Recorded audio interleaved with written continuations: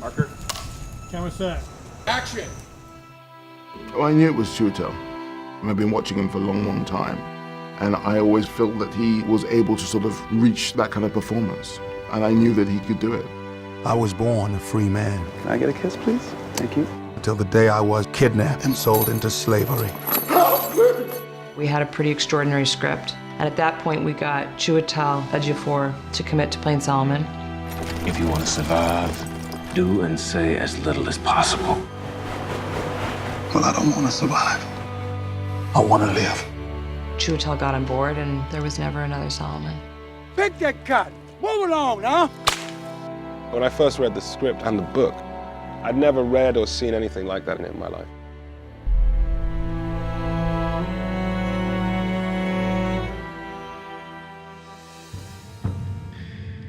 The book as a template is so useful as a way of trying to understand this character in this time.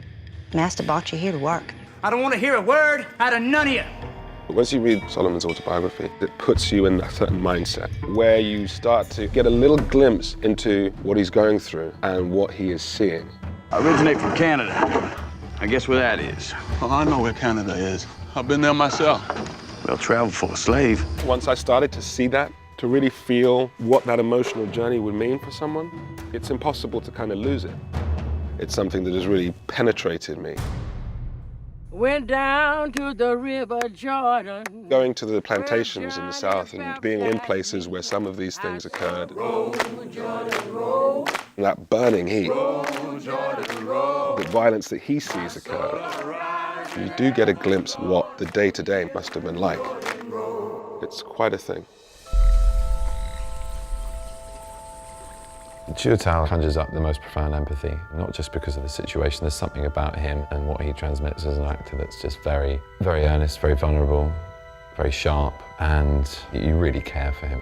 Working with Chiwetel, who's very experienced and a great actor, been a fan of his work for a long time. So bright and so just ready. It's kind of incredible. The confidence and poise and prep is really impressive. He allowed the rest of us to have that same kind of work ethic. Let's go about this with an efficiency and a sense of duty. My back is thick with scars for protesting our freedom.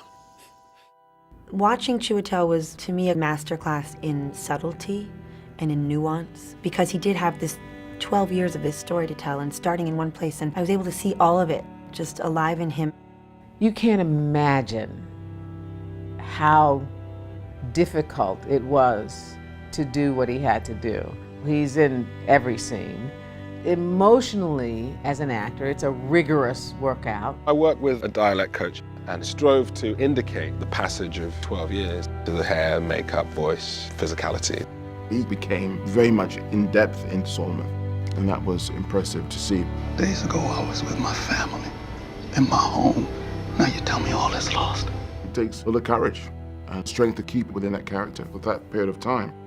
I thought you knowed something. I did as instructed. There's something wrong. It's wrong with the instruction. We just knew going in that it was going to be a physical strain to reenact those exact things. Your story, it is amazing. And in no good way. You come here. Master, I say come here! But it felt it was such a strong part of the story. I will survive. I will not fall into despair. I will keep myself hardy till freedom is opportune. It was tough sort of emotionally and physically, but every day there was a sense of really connecting to Solomon and his story. And reenacting something that he went through and trying to reenact it in the detail that he describes it was something that really was very important to me.